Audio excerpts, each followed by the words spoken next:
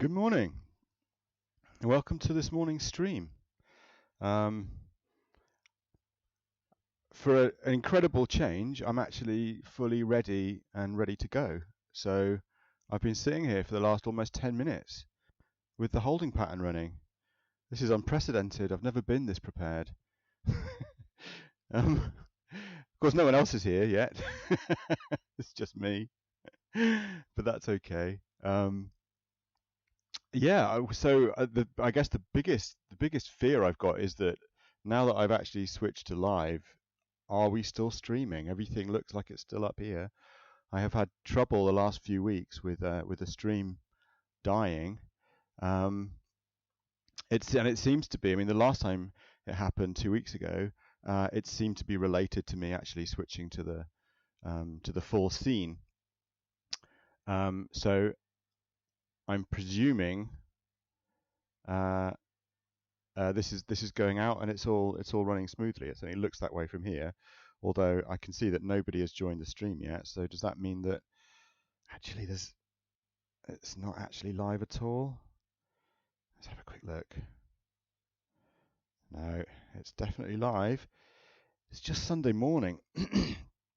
Right, well, I guess before people do arrive, if they arrive, and I'm not just doing this entirely for my own purposes, there's a few things I wanted to talk about before I start getting into the games. And the first thing I wanted to talk about was the fact that I keep referring to what I do as we. I keep saying we're streaming, we're going to be doing this, we're going to be doing this and the other. Come and watch our stream, blah blah blah. And I just wanted to be clear because it probably sounds and seems as if I'm trying to make out that like the we is a big organization and that we're trying to present ourselves as being a much bigger thing than just me sat in our games room streaming old video games. But that's not really it. The reason that I keep referring to it as we is that it's a project that me and my son started. Flynn and I started it in the first lockdown over a year ago. And he was 10 at the time. He's 11 now. He has ADHD. And we got into refurbishing and fixing up old video game consoles and computers. And he was really excited about it and into it. And he learned how to solder and he soldered up some kits. And then, hey, Lee. Good. People are actually here. That's fantastic. Do let me know if the volume levels are all okay and everything's working fine.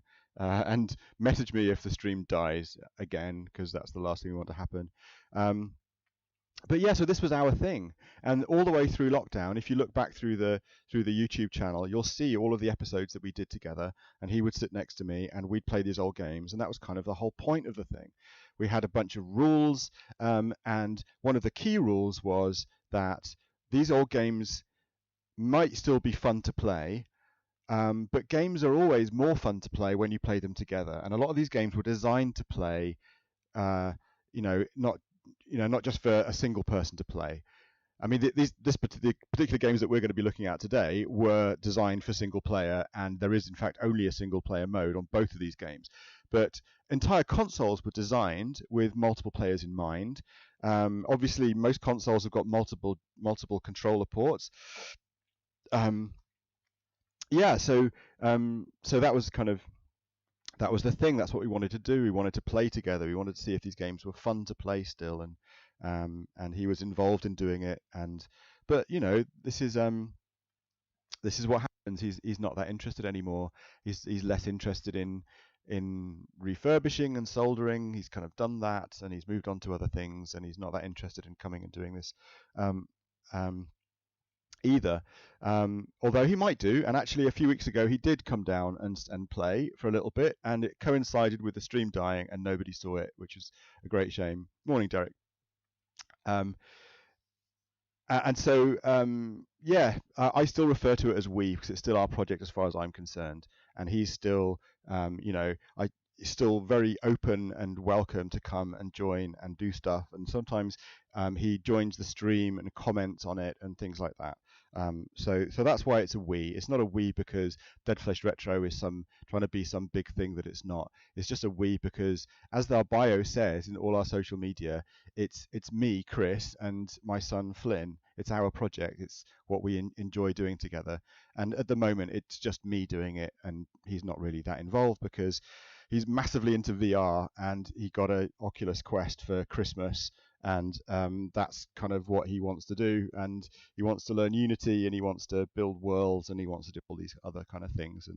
And ancient video games from two human generations ago, let alone like 7 video game generations ago, are less interesting. So that's why.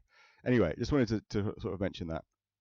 And that also kind of brings me to the point. I've kind of been wondering about, existentially wondering about why I'm still doing this and what's interesting about it.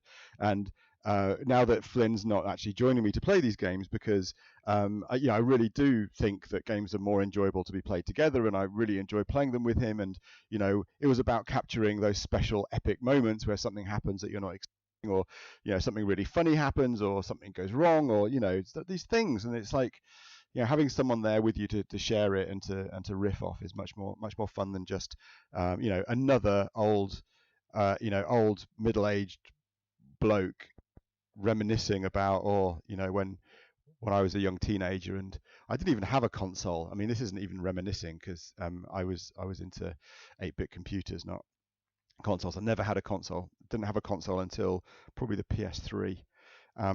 So maybe I'm just making up for lost time. Anyway, so existentially, what is this stream about? And this is really a bit of a throwback stream to looking at Battlezone and Robot Tank. It's kind of back to what we were doing last year when there was 2 of us and we were exploring these things together. And I think in future, I want to concentrate on some kind of more obscure platforms and explore them a bit and kind of get a bit more into the nitty-gritty of how they were made, and maybe show things that don't get shown very much, and talk about kind of game design and what I see as a huge lost kind of opportunity. That in the very early days of video game consoles, I've really enjoyed exploring that period of history and understanding these old machines and trying to figure out what they're capable of, and what happened. And so I guess that's what these streams are going to be about more in the future. So yeah, if this is the first time that you've watched this, that's sort of what's going on. That's a little sort of bit of background that you might not be aware of. And so, yeah, really great to see people that are here this morning. Hey, Lee, and hi, Derek in Nova Scotia. Thanks very much for getting up early in the morning to watch the stream this morning. And I should say, I mean, I guess, Derek, you were one of the original programmers of the consoles that I really want to look at. You worked for VaultMace and wrote games for the VaultMace database, which I think is a really fascinating machine. So I'm definitely going to be doing more content about the VaultMace, about the database, and about other similar machines from that family, the APVS 1292 family of consoles.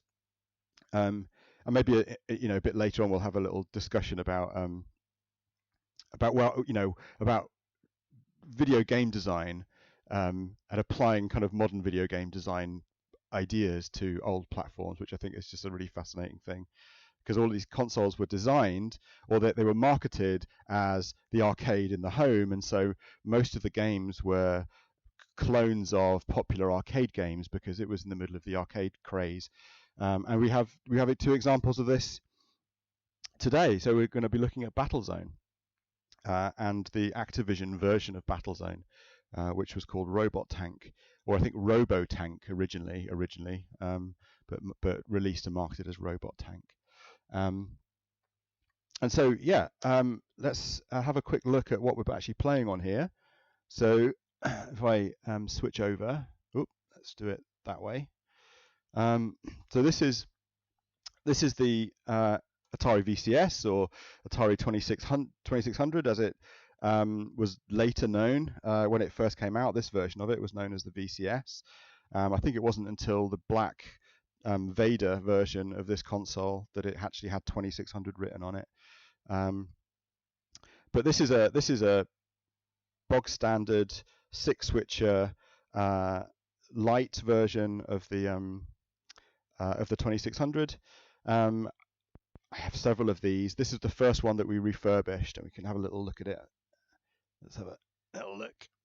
So you can see it's got orange dust inserts in the switches that we made. We can do all sorts of different colors of those, but we like the orange. The bezel has been repainted in orange. Flynn did that, repainted it all. And it's been completely cleaned inside, and it's been converted to composite video. So we've got, if you look at the back there, we've got RCA outputs on the back of it. We've got a standard power supply running into the back of it, and we've got an original CX40 Atari joystick, which I think this is one of the ones with the original inner shaft.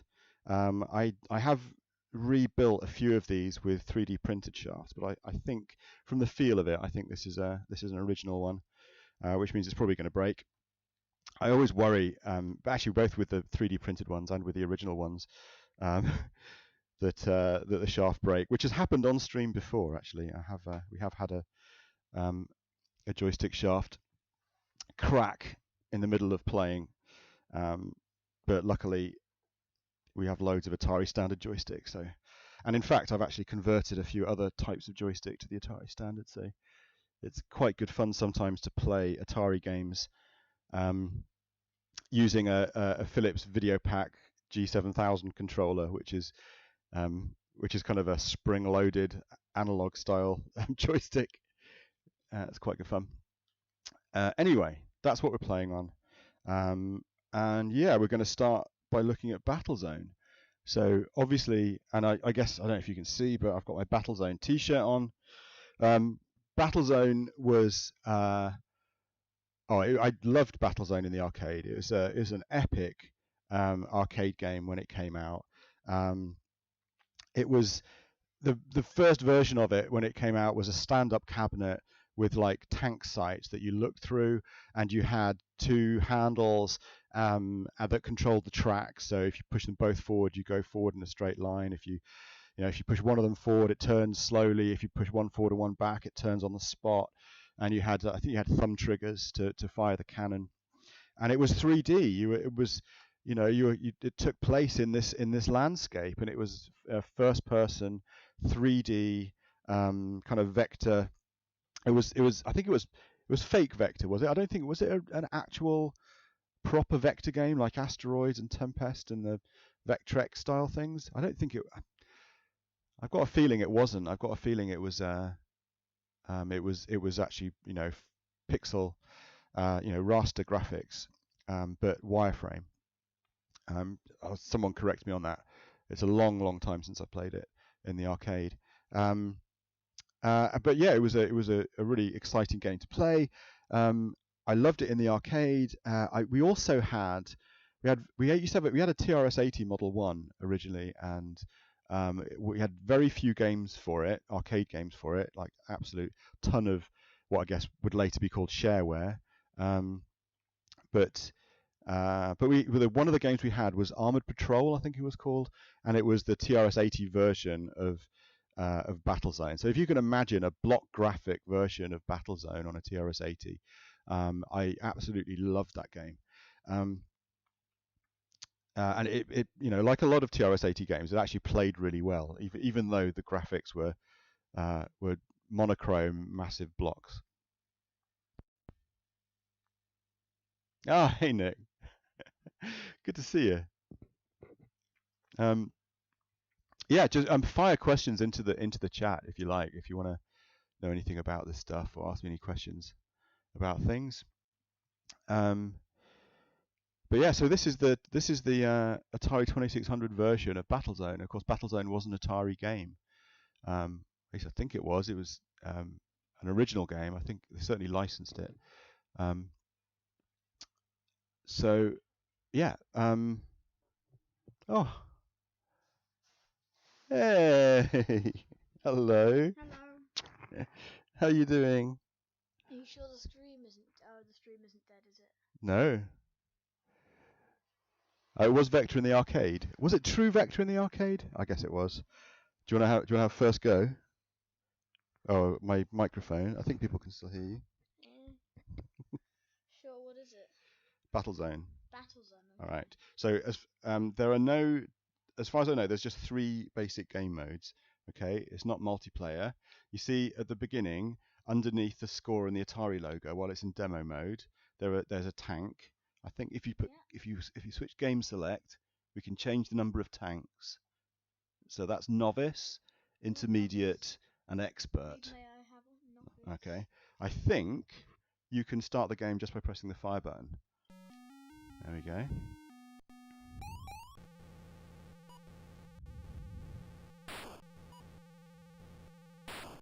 Oh, that was close. I think you can go towards it. I think you have to sort of catch them up. Oh, sweet. Okay, it's off to your left. Oh, you've got 2. One of them's probably a UFO, and one of them's going to be a tank over you. Can you see the radar at the top? There's a tank. Oh, I just missed it. Just stay on the tank, because the tanks can shoot you, but those UFO things can't. They just point, they're there to distract you. That's it. Nice. Okay, that UFO is still ahead of you, isn't it? Oh, it's pointing straight at you. You got there first. Nice job. There's another one. You're too fast on the trigger for these guys. Oh, that was good on the fly. I tried. Yeah. You're doing a really good job of just leaving the... oh, that was sweet. Of just leaving the UFOs. Yeah, just... oh... yeah, try going backwards. The technique that I remember from the arcade was that... I can just spin around and hit. Bonk. You're going on the spot though, so I think if they take aim at you, you may not be able to avoid them. Mind you, he's not even facing the right direction, that guy. Oh! Oh, unlucky. I missed that one. You're just going to go round again. What else have I can achieve? Oh, gosh! I'm so sorry! What? We were still looking at the console. I'd forgotten to switch to the game view. Oh, so they didn't see my trick shots, did they? No, they didn't. You're going to have to do more trick There are shots. 2 tanks in what? Okay. My trick shots is just spinning around. Sorry, guys. As I've said many times before, I really need to produce. Oh, he's facing you. Oh, did you see that? No. Yeah, there was a little bullet. He just managed to get one off. It's okay. You've still got 3 lives. Oh. 2 lives. Yeah. I guess they get harder. Oh. Oh. I'm not sure what you're supposed to do when they're facing you like that. Oh, there's 2 of them. Oh. Yeah. How do you get out of the way? I think just reverse, mate. Oh, look, it's coming towards you. Die.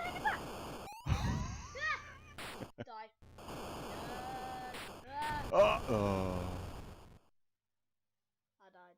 You died. It was good though. What did you get? 26,000 you got. Do you want to have another go? Oh, there you go. Okay. 26,000 to beat. Just spin. Okay. Let's see if I can beat it. Are you okay? Mhm. Alright.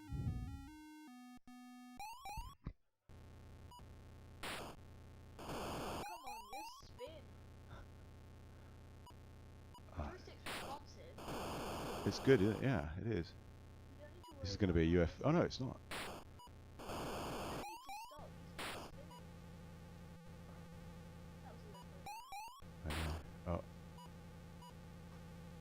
So the technique used to be to kind of get them at 45 degrees and then go backwards, and then they would turn towards you, but if they shot, you'd basically avoid their bullet.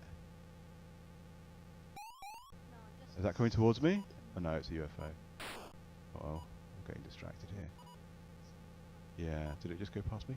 You used to, like when you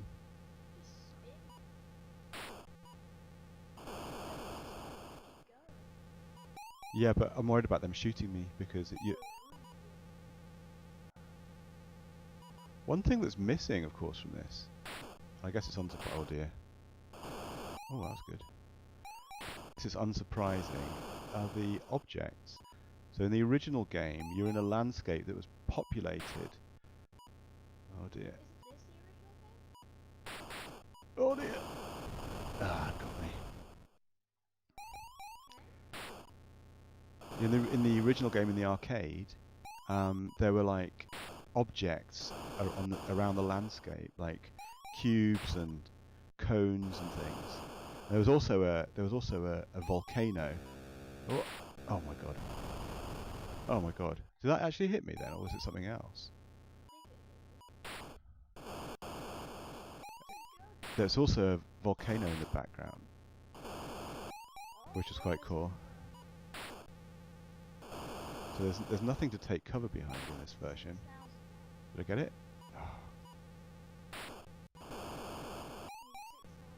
Oh.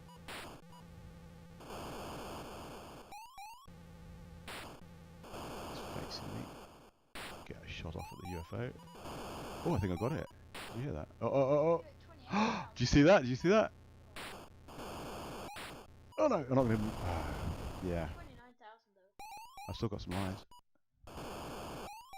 Oh, we're getting better. We're getting better at this. I suspect that people can't... Oh, that people can't hear you. But... I mean, you can put some put a headset on if you want to. Can people hear me? Just a... Oh no! Just a question. Can you hear me? No? Anyone? What happened? Oh, I think I died and restarted. There you go. You just made me lose a life. No, no, that's okay. I'll restart. You okay? There you go. People see you. They can't see you. There you go. Is that comfy? You can spin around on the spot if you want to. Here it comes. You got it. I think the... I think they start shooting a lot quicker. That was good.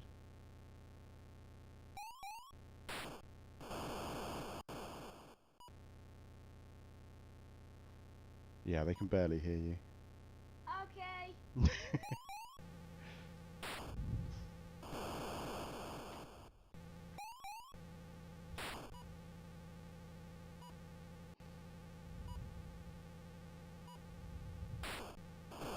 There we go.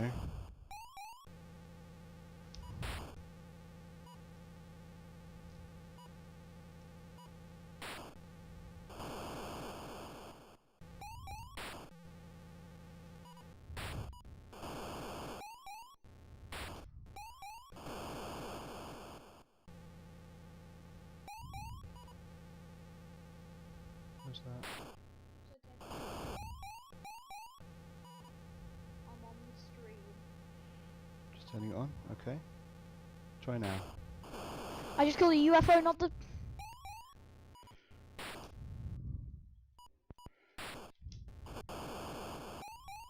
Don't shoot! Okay, GG. I'm already at 19,000 on my first life. That was good. I wonder when you get an extra life. Ah, you see now they start shooting when they're behind you. So, I mean, despite the fact that this is obviously block graphics, unlike the original, and there's no volcano in the background, and there's no object in the landscape for shelter. This is an unbelievable game on the 2600. If you think about where games started on this platform, I mean, this must be early 80s, 81 or so, 82 maybe. I should really do more research on these, but Don't you dare shoot. He shot. Oh, yeah. 26k again. Oh, nice. Yeah, that glitch effect when you get hit is great, isn't it? I hate it, honestly. You hate what? The game or the glitch? The glitch. Do you? Yeah. Why? I don't like it. Isn't that a pretty cool effect for this whole thing? No, because if anyone watches this in the future with epilepsy, dead. Oh, No. well, that's true. That's a really good point. You should put an epilepsy warning. Yeah, I think there's a lot of these actually that we should put epilepsy warnings on. I mean, obviously. I've told you about this before. Yeah, no, you're right. You're right. There's a lot of strobe effects and things in these old games. Like that. Ah. God, that thing is brutal. My eyes hurt when I look at that.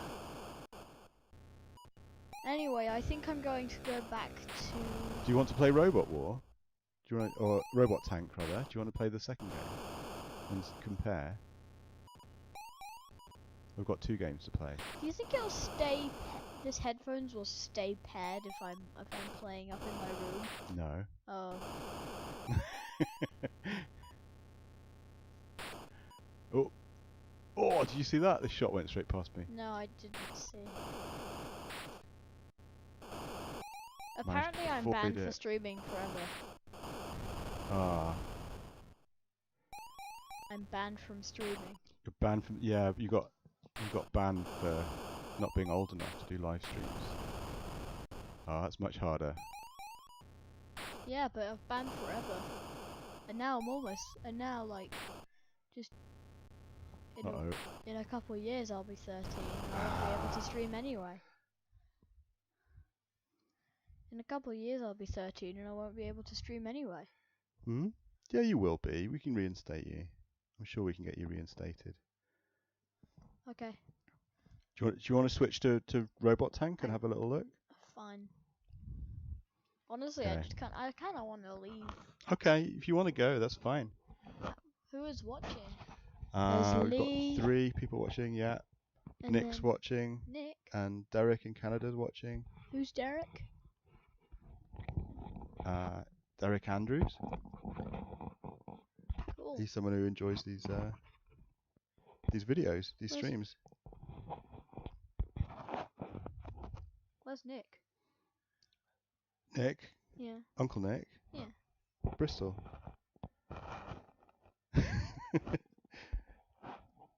In the chat. In the chat, here. Burning origami. Ah. Because I didn't see a Nick Diamond in the chat. No. Okay. Are you gonna go back to what you were doing? All right. You say bye to everybody then. Bye. That was nice. Yo, Flynn, he says. Bye. Okay. You sure you don't want to play the second game? You can come down in a bit later, maybe play it, or not. It's entirely up to you. I'm going to play this a little bit longer because I want to dig into it a bit. I think that glitch effect is amazing. I want to talk about it. Bye. And I'm gone. Okay.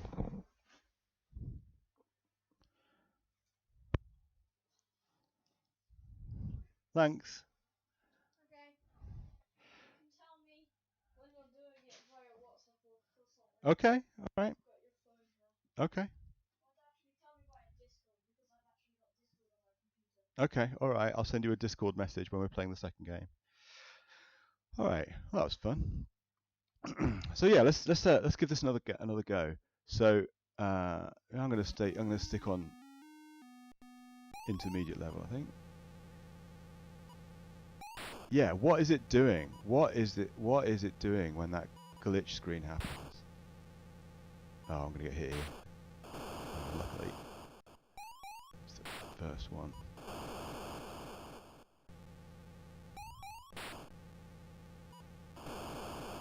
Lucky.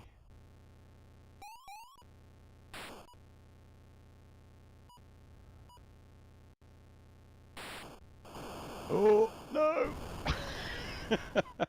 If you're not at an angle to the tank, you just got no. Oh no. Oh, I see. So it fires. That's what was happening before. God, it's so good at avoiding. Oh, yeah. Without an angle, you can't escape. You don't have time to turn and move to escape their bullets. That's really. I suspect though that there's a method. I suspect that people that have mastered this game have figured out a movement pattern that prevents them from being face on to the enemy tanks. I just don't know what it is. As I say, I should probably. Ooh. Yeah, I got away with that one. A lot of this is about timing. Just not quite. Yeah, that's it. Dead. What can I do? Almost impossible to hit those. Oh, there we go. What should we do? Should we try it on the hardest? Let's do this then. Oh. How do you hit those? Almost. I mean, oh, something else must have hit me. There must have been another tank behind me. Okay, yeah. So that's the tank behind me firing. Did that just? That just hit. That just hit its own tank, right? That was a friendly fire incident. Jesus. Ah, I can't get away from it. Wow. Okay. I've got one more.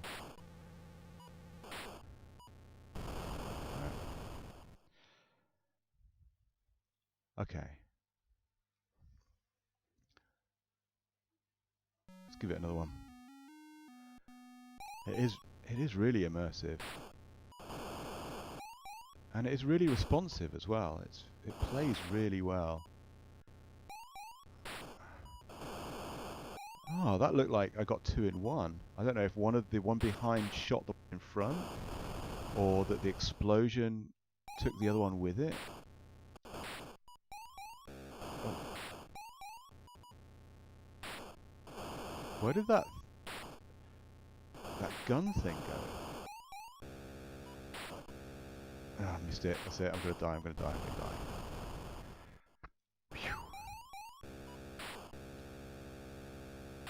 No, absolutely no defense against those. I can't wait too long, and if I shoot too early, they just avoid it. There's got to be a sweet spot. Both of these are facing me. What? Do they get hit, or do they crash into each other? Wow. Oh, there's a yellow one. Oh, that must be a super tank. Okay. Anybody who's watching this who knows this game and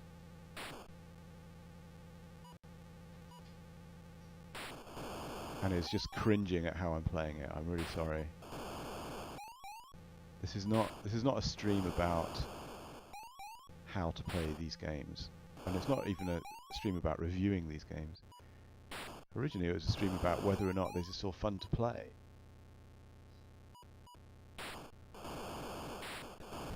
Also,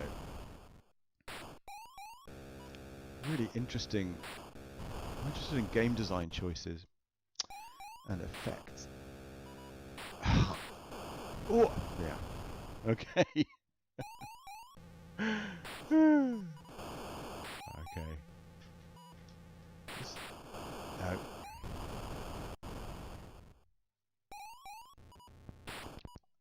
It's also bringing back memories of playing the arcade game, because I remember one of the oh gosh, the shell just went straight past my ear. I remember in the arcade version. Oh no, can't avoid it. One of the things I remember about the arcade version was as you turn, when you see a tank appear or anything appear, and you turn to bring it into your field of view, if it was facing towards you, immediately you saw it was facing towards you, you'd turn and reverse. That was the technique, because you often wouldn't have time to line it up and get a shot off before it had fired at you.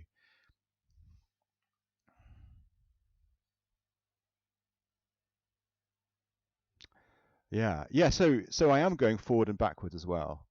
Yeah, I'm not just rotating. It probably looks like that. Let's just knock it back to novice and see if I can show you. So let's just watch the tracks. So I'm moving forward now. So rather than firing, I'm just gonna. Oh, something's shooting at me. That's gonna shoot at me as well. Novice level.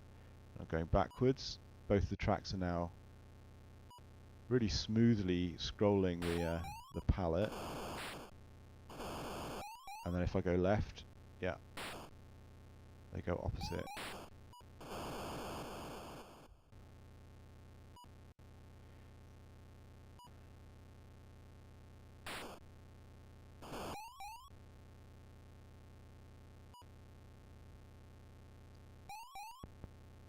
So I'm just going to go backwards now and have the enemy tanks come past me. Yeah. Just by the time they've come past me, I've given them enough. Jesus. Ah! I don't know what I'm supposed to do about these. Maybe I fire way too early. Ah, missed it again. Okay.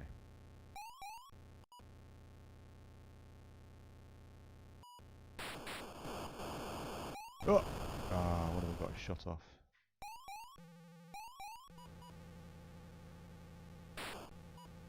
And yeah, like the idea of one person steering and one person rotating the turret and shooting would be really good actually, especially because you could then have maybe airborne targets as well, because you can control the attitude of the gun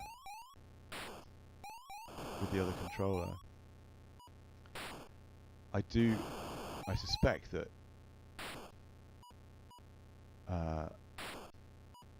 resources wise this is absolutely maxing out what the 2600 can do.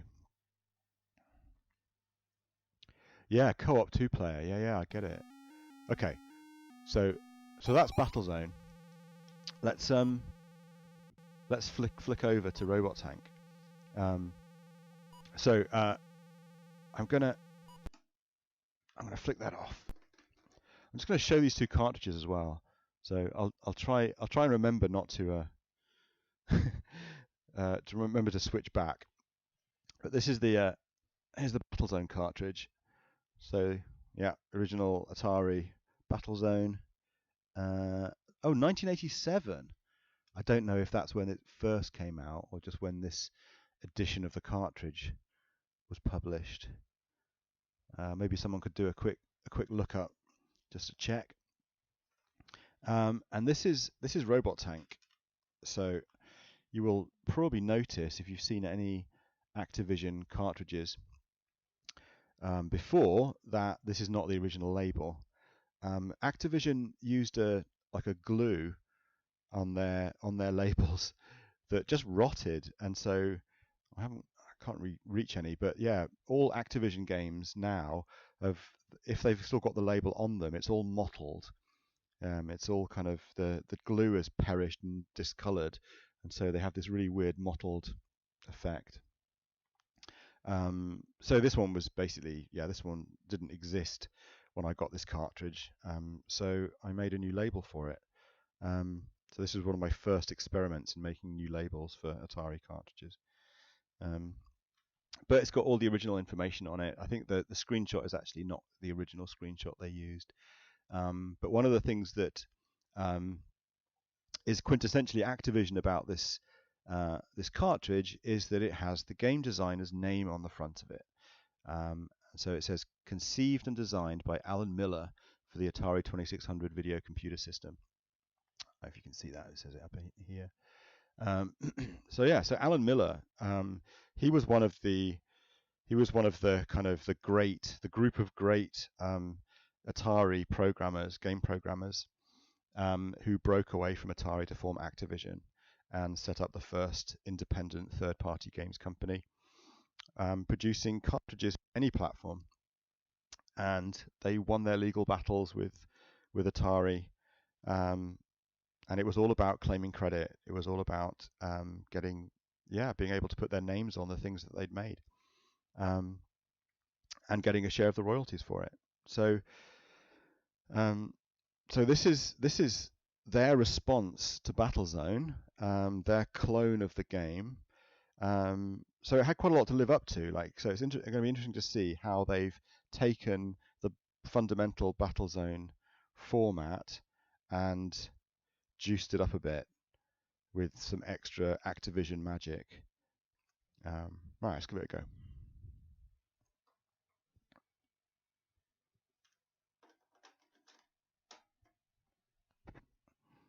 So let's switch this back. Let's actually put that there in the corner. Flick it on. There we go. So again, I don't think this game has got any game modes at all. It doesn't even have difficulty settings. I think it's purely single player, single difficulty. I don't think game select does anything. I don't think that left and right difficulty switches do anything. We've got time at the top, so 0 days and 1,000 hours presumably. We've got a landscape, a two-tone mountain range on the horizon, and green grass in front of it. And we have status indicators at the bottom, so the radar's at the bottom this time as well. And we have status indicators showing V, which is our video, so what we can see through the viewfinder. R is radar, C I think is Canon, and T are tracks. So if we get damaged, so in this version we don't immediately get destroyed when we get hit, although we might do. I think it depends where on the tank it hits us, but we take damage, and each of those different areas of the tank take damage and eventually fail. And I think there's a probability of each shell actually killing or destroying the tank, and that probability increases as more things get damaged. And obviously the game gets harder to play as things get damaged and go on the blink a bit. And then underneath we can see the number of tanks we've got left. And so this is copyright 1983. All right, so there we go. 83 this came out. And it's got the Activision logo on it. So it's not fire to start. That fire to start, I think that first came in with Yar's Revenge, if I remember rightly from a talk that I watched about it. I think that was the first game to really think about how the player would just want to get going again, or you would just want to restart, play as many times as possible. But they did not take that into account on this one, so we have to lean forward and hit game reset. Oh, that's fast and smooth. Oh. Okay. Alright. Oh, Jesus.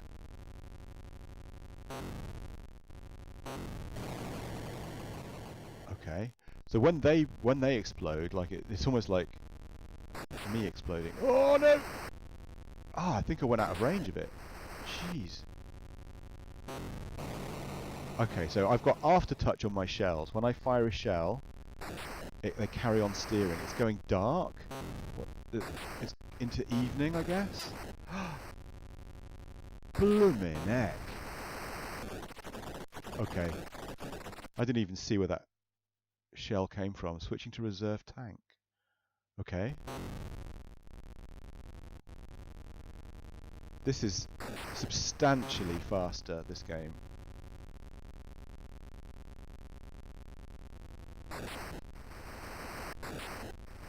Ooh. Jeez. Head bob, yeah, head bob. Look at that, yeah. This may be the first. What? Oh, okay, my radar's been damaged. My radar doesn't work anymore. I think I hit something. Jesus. Oh. Where is it? So it lights up when it fires. Okay. All right, now my viewfinder is that? Oh, did you? That was dawn, daybreak. Look at the. Oh my word. Oh, that got me. Yeah, that's definitely head bobbing. Okay, it's the next day now. It's the next day, 10 a.m. the next day. I think. Oh no, no. Ah, frick. Well, okay. This is. I mean, as good as Battlezone was. This is intense.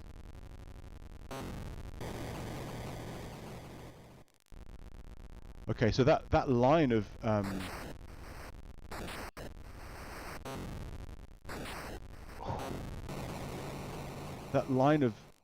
tanks along the top are the ones that I've destroyed. So I'm clearly counting up kills here. I'm reversing, but whatever that is behind me is not really shifting.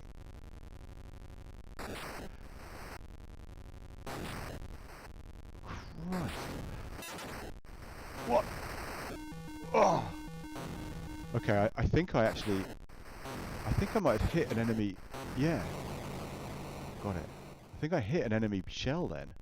Okay, my tracks are.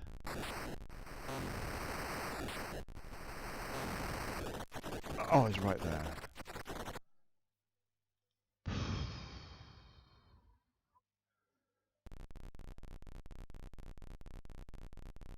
Wow. Okay, that is quite a difference. I'm really amazed at how much faster that is. That doesn't seem like a 2600 game at all, actually. It's really fast. Wow, let's give it another go. Yeah, head bobbing is the up and down motion.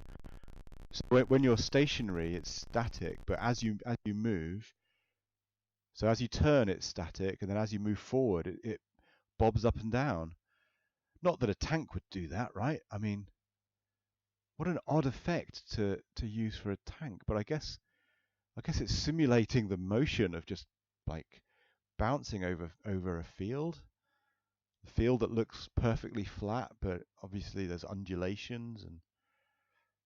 All right, let's give that another go. That was awesome.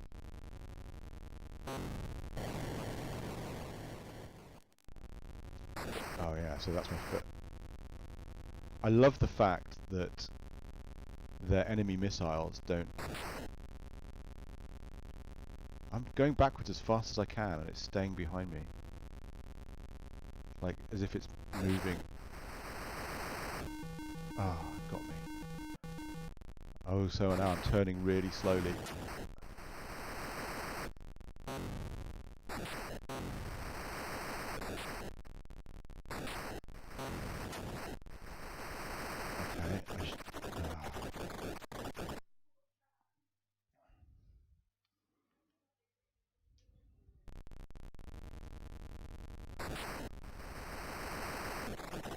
Oh, wow. Okay. That's not good. This is definitely not the stream to watch if you want to know how to play this game, or any of these games.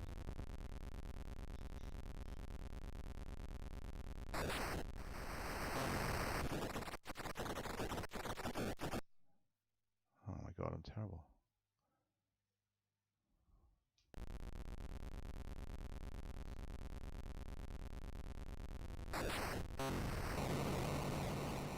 Gotcha. Jeez.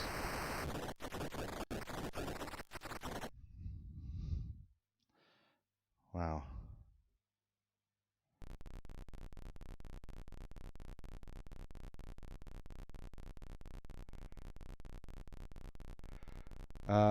Okay, I'm gonna message Flynn again and see if he wants to come down and play this. I think he'd enjoy this.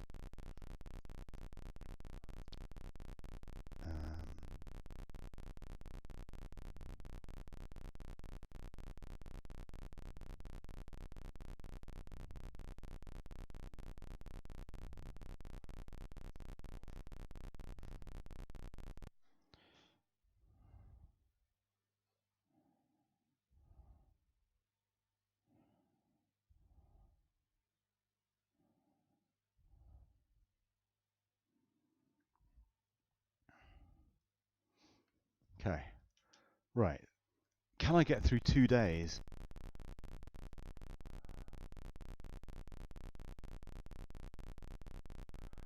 Oh. Okay, right. Mulligan. I'm trying to read what you guys are saying.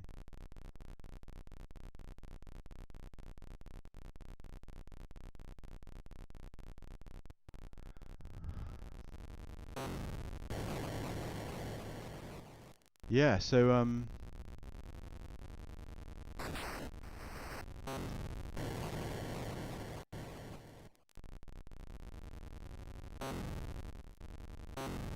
so I can guide my shells. So, I mean, this may be the first game to have aftertouch. Oh no, actually, no, I bet it's not, because you had guided bullets in Space Invaders on the 2600 as well.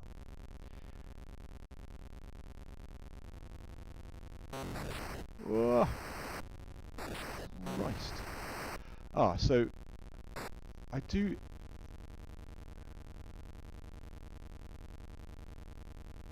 remember reading a tip that if it's dark, well, I think there are weather effects as well. It'd be great to see some of those. But if you're in a bit of a bad situation, you can keep the enemy tank behind you, and either it won't shoot, or if it shoots, it won't hit the more vulnerable front part of your tank, and you can basically just wait it out until daylight or until the weather changes. Look at that, dawn. So I'm basically outrunning this enemy tank until I can see it properly, and then I'm going to turn and reverse, and it's going to kill me. Bloody hell. Ah, good point. After touching combat, yeah. So there you go. Ah. I'm so bad. Ah, so my cannon's damaged, which means I can't rely on it to actually fire. Ah, great.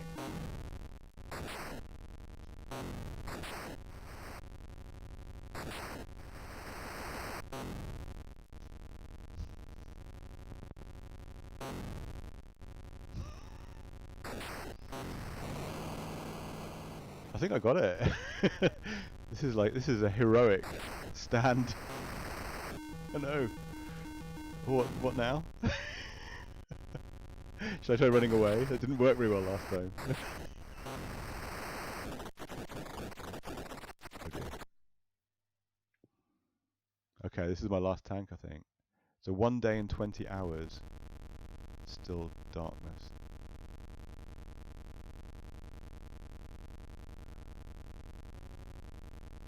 Okay. Should I just run away from it? I want to see what the new day brings.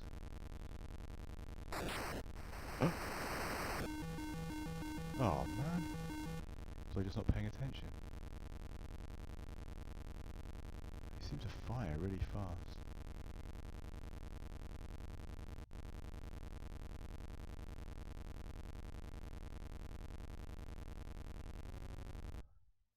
Snow alert?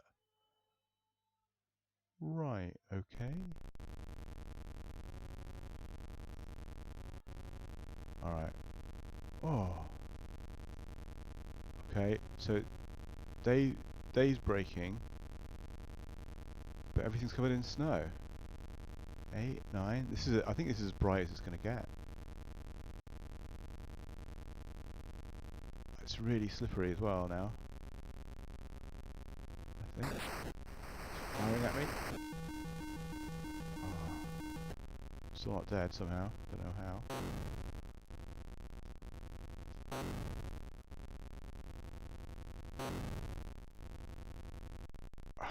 Can't even see this.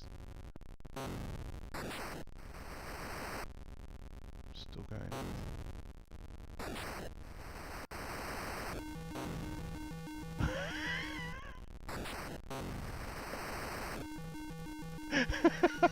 Okay. Everything's damaged. But I'm still alive. No, I'm not.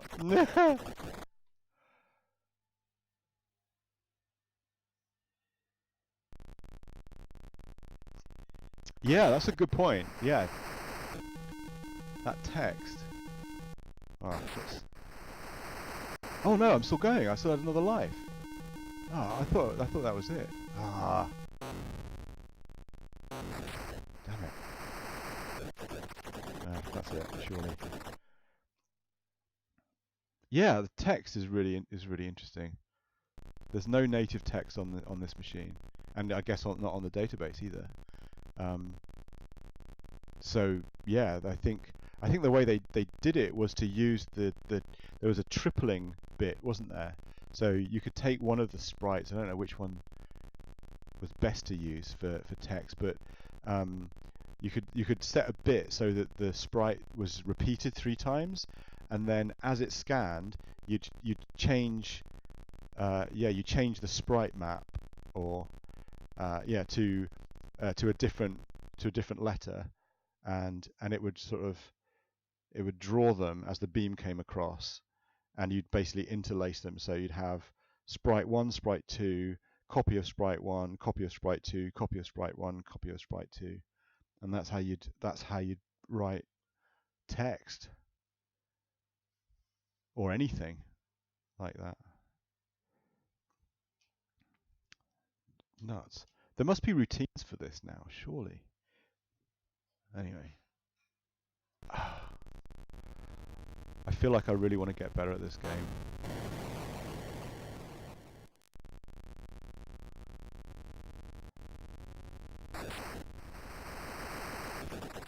Ah! Not like that, I'm not going to get anywhere.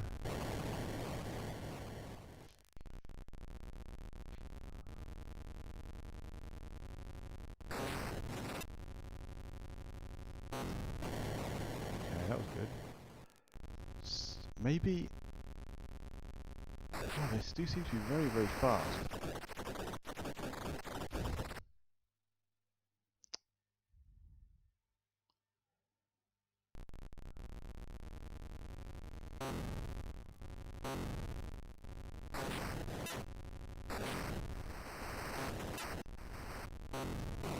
Is that the technique? Are you supposed to destroy their shells?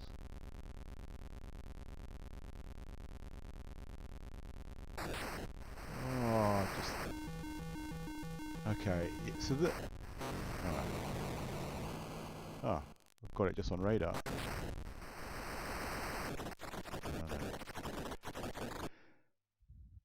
So the original Battlezone technique of reversing until they come into view doesn't work because they're already facing you. When you used to do that on the original Battlezone, if you reverse past them, they would be facing across from you, and you could shoot them in the side. But this.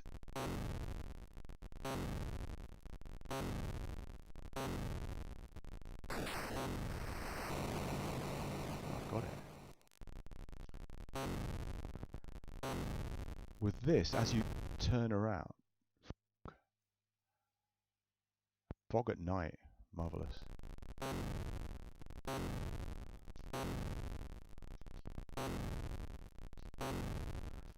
Okay,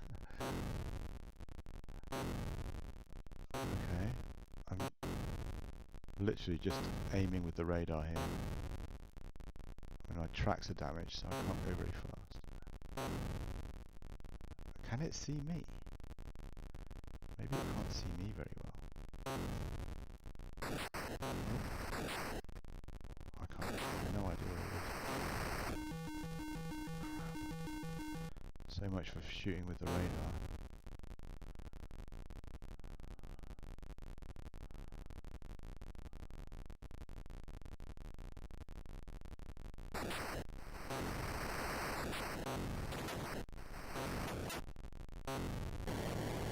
Ooh.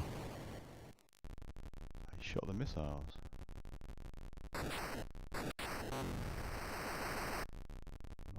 where are you? Over there. Super aggressive. Got it. I really want to know what happens when you get all the tanks to the end. I can't see it happening this time. Okay, another one. Alright. Jesus.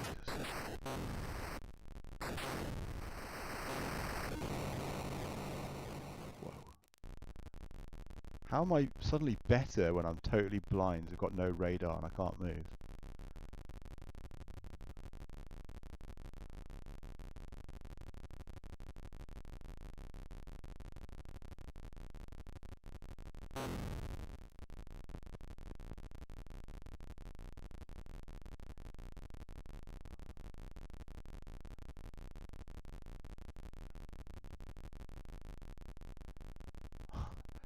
Oh, I love that dawn effect.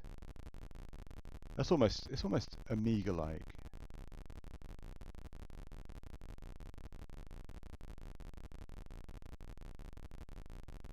Amazing. Oh. No.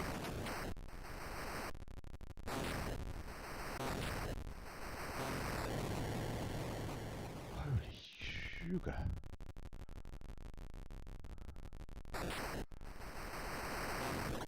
Ah. Okay, I've got one left. How many do I need to get to the end of the screen? A few. Oh, crapping. Stop firing so fast.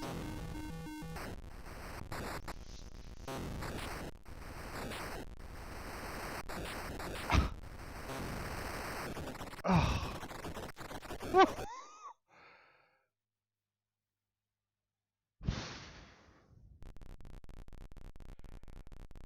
Damn it. Alright guys, should I give it another go?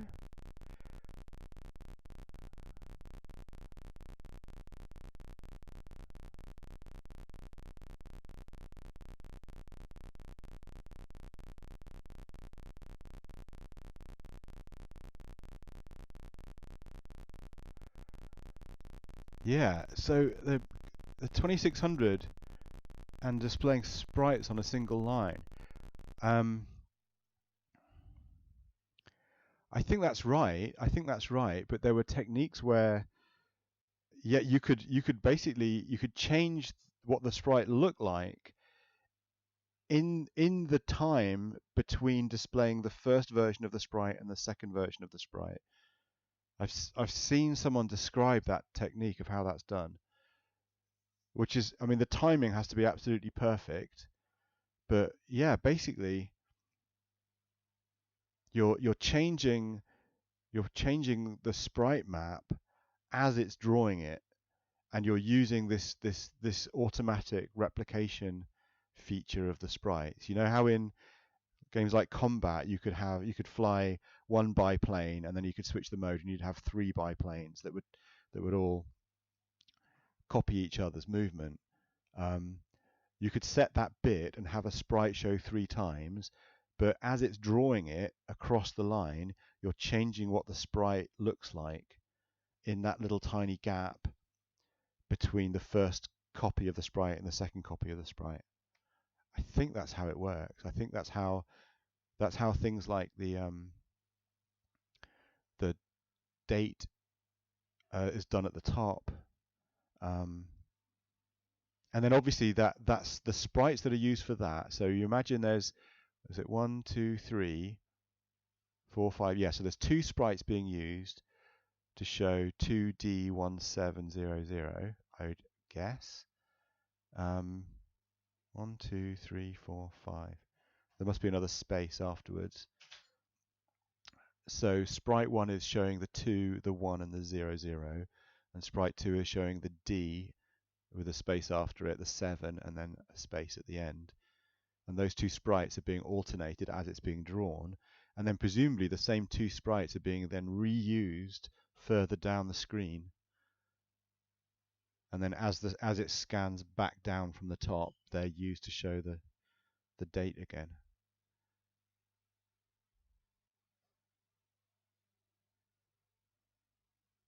It's impressive. Yeah, I wonder. I guess this is a late game. I wonder if it's using bank switching and some other techniques to give it more space than the original cartridges. As I say, yeah, if this is not historical, well researched essay on these 2 games. It's just a chance to see them and play with them and get some reactions to them. I don't think Flynn's coming back to play this, but I might give it one more go and see if I can get a full list.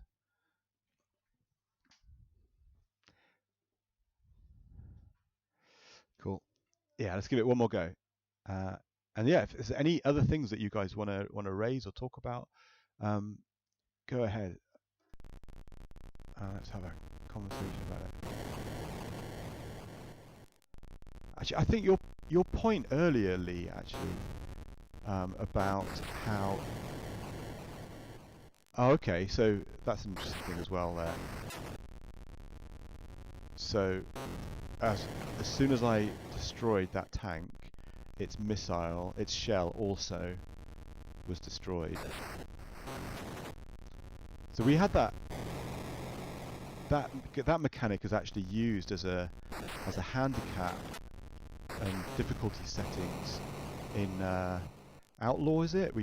Flynn and I discovered that last year. Oh, it's really hard at night. I might just not bother at night, you know. I might just run away. Maybe that's the technique.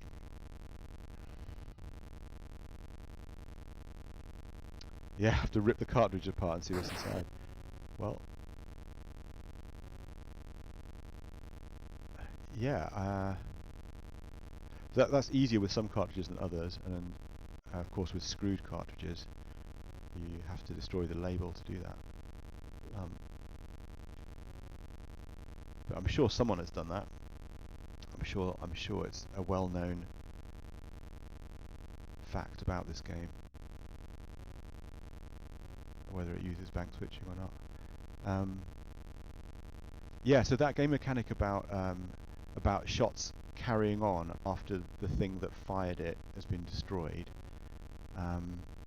that also detracts from the realism, doesn't it? So it would be really interesting to see this game with some of the just some of the original game mechanics in it. So no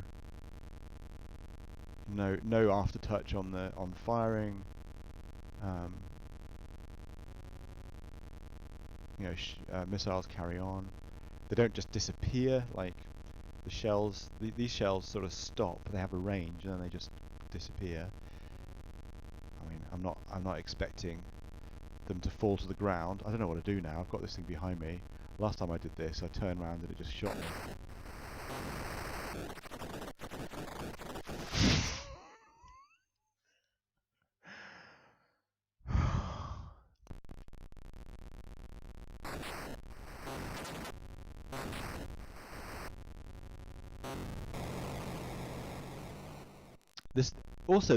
I think this game would be more fun if the tanks would just held off a little bit.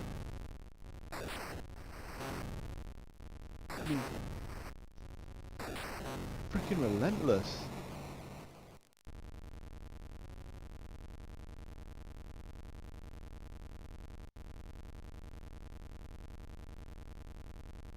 Okay, so how many have I done now? I've done 3, 6. I've done 9, yeah? And I've only lost 1 life. Alright. I have a chance here. I know this is probably really boring. And I'm going to do this, and the sun's going to go up, and it's going to be lovely, and then it'll be like snowy or foggy or something, and you know, we won't have any visibility either. But also, what am I supposed to do? As soon as I turn around, this thing shoots me. So let's just... Oh, great. Yeah, fog alert. Perfect. Let's just flip it into reverse. Right, hit me. And it is just firing relentlessly at me.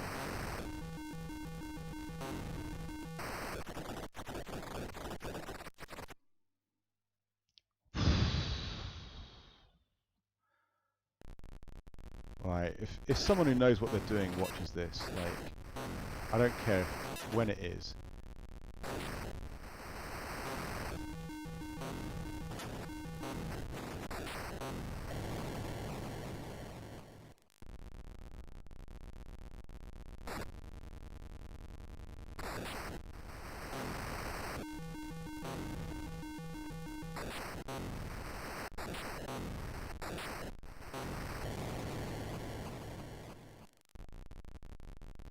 I'm going to have to go and watch a playthrough of this by someone who knows what they're doing and see what happens when you fill up that whole bar of tanks, because I don't think I'm going to manage it. Not at this rate. Am I going to get one more hit here?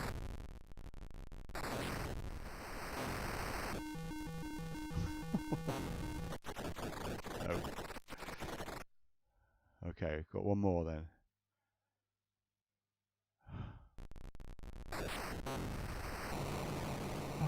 Okay, I got it. Ah! Enemy squadron defeated. Bonus 1 tank. Oh, and that's it. There goes my bonus tank. Alright. Okay. What does that... I can't see what that says. What does that say up in the top left corner? It's not a tank, is it? Alright, I have to run away until it's daylight.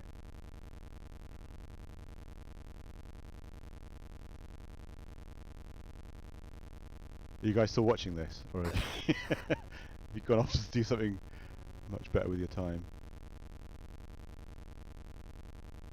I guess while I'm... Rain? I haven't done that before. I guess while I'm running away from this tank, I should sum up really. So 12, it says 12. Oh, okay.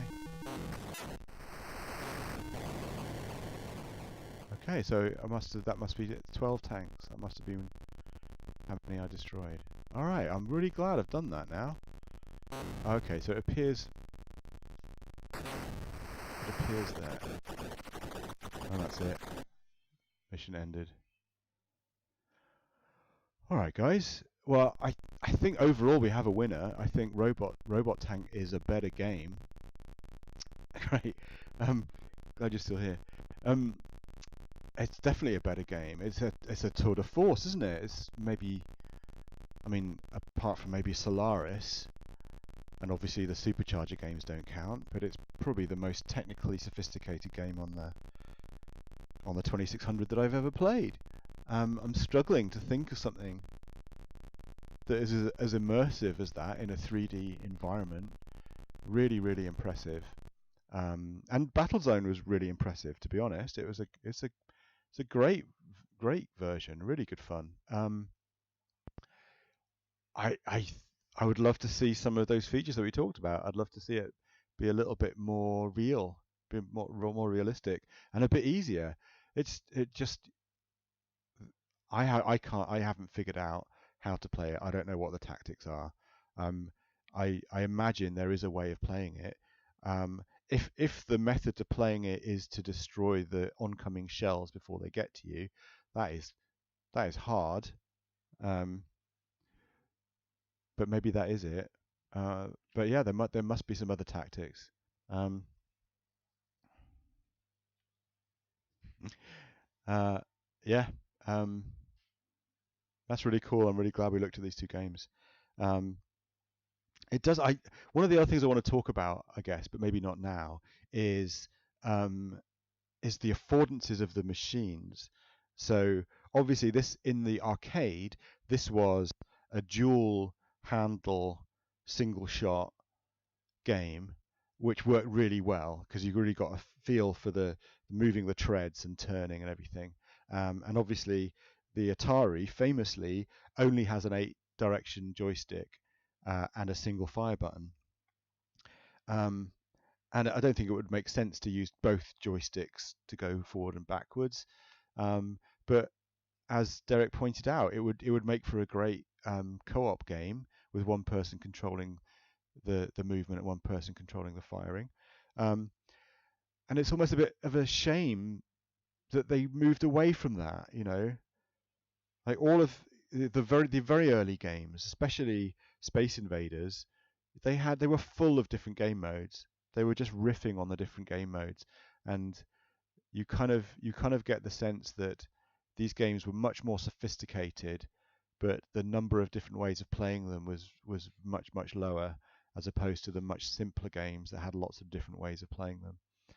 So it would be really fascinating to see what would happen if you took this now and just tweaked it and added some different modes to it. I mean, there's lots of people writing homebrew for these machines, and I think it's really interesting to write brand new games for them. I think there's a whole new area to explore in taking these games and just enhancing them. Keeping the original game, but just adding loads of different modes and things to it.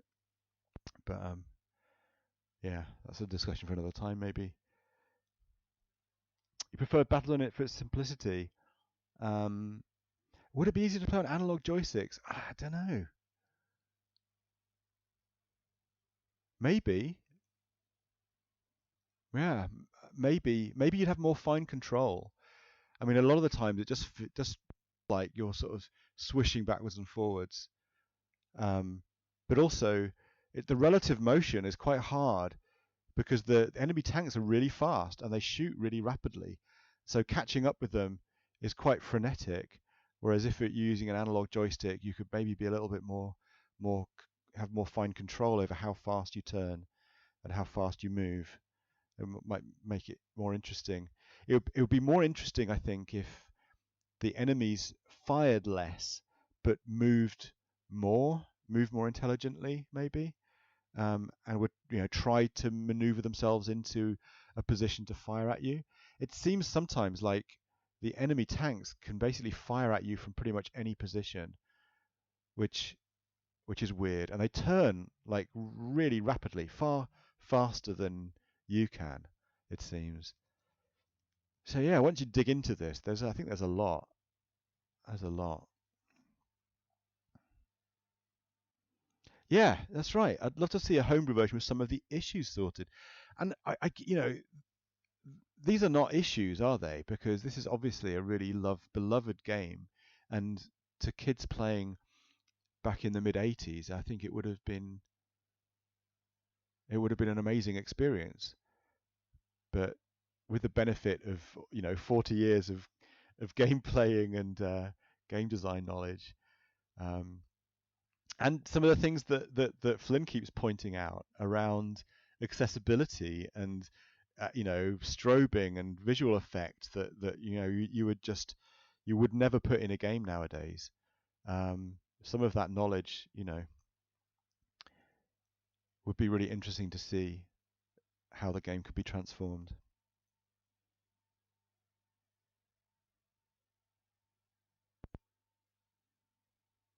Yeah, yeah, yeah. I remember Arctic Fox. I don't remember Backlash, but I remember Arctic Fox very well. Yeah, yeah. These lineages are really interesting. That's true. We did a stream last year where we started playing Pole Position. It was we played Pole Position, and then we played Enduro, I think, on the 2600, and then Flynn wanted to just go and play other racing games, so we ended up playing um, I think pretty much all of the Gran Turismo games that we had on different versions of the PlayStation. And it's really fascinating to see. That's a really interesting thing to do. So yeah, it would be quite cool to take these two games and then compare them with other Battlezone inspired games as they developed on later consoles. But yeah, I think you're right. I'm not sure of any other Battlezone um, clones on console. I think Amiga and Atari ST. There were a bunch of them. Anyway, yeah, okay. Well, I mean, as I say, I don't really know how this stream is going to evolve now. Um, so maybe that is something that we'll do instead of doing a forensic, uh, historical investigation of these games. I really like looking at these games from a gameplay and game mechanic perspective and understanding a little bit about how they were actually made and the constraints and these kind of things. Um, but maybe comparing them with things that came later and using the collection of consoles that I have in this room to actually switch between them and uh, and compare them with things that came later would be quite interesting to do. Cool. Anyway, I'm gonna call it a day and get on with Sunday. Have a brilliant time. I hope I'll see and speak to you all in the week or next weekend. Hopefully next weekend we can get Star Chess up and running and actually see if we can have a two-player game of Star Chess, which could very possibly be the first time anyone in the world or any couple of people in the world have played Star Chess for real in like 30 years. Um, but let's get that set up, Lee, and see if we can get that together next weekend and explore the mechanics around Star Chess, and also have a look at the bespoke Waddington's console that I think is the same game of Star Chess. Anyway, cheers. See you all. See you all next time. Take it easy. Have a great week. Bye for now.